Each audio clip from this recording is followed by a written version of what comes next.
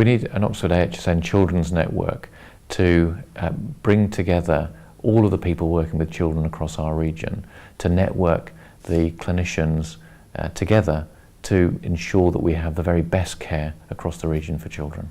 So in the Oxford AHSN Children's Network, we've looked at antibiotic usage in the different hospitals around the region, and we find that we're all doing slightly different things about which antibiotics we use when children come through the front door for treatment in hospital.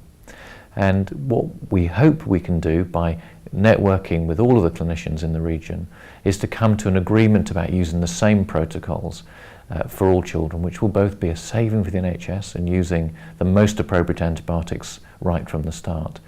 And also, by using the best antibiotics for each condition, we can reduce the risk of the development of resistant germs. So we are also in the Oxford AHSN Children's Network looking at immunisation across the whole of our region. And what we've found is that in some areas with the new influenza programme, which started last year, that only a very small percentage of children are getting the vaccine. And that means that we have inequality where some children will not be vaccinated and remain at risk of influenza, and in other areas nearly all children have been vaccinated in the age group that are targeted, meaning that they won't get influenza.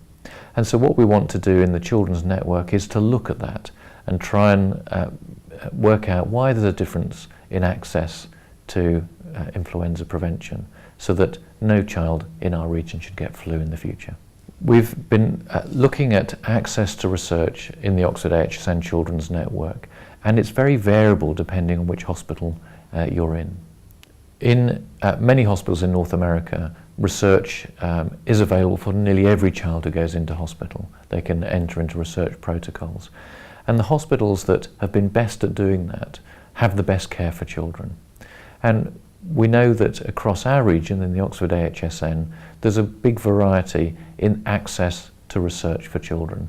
And so we want to make that much more equal, to both provide opportunities for developing best health care through research, and also, by doing that, involving children in improving health care for themselves and also for the future.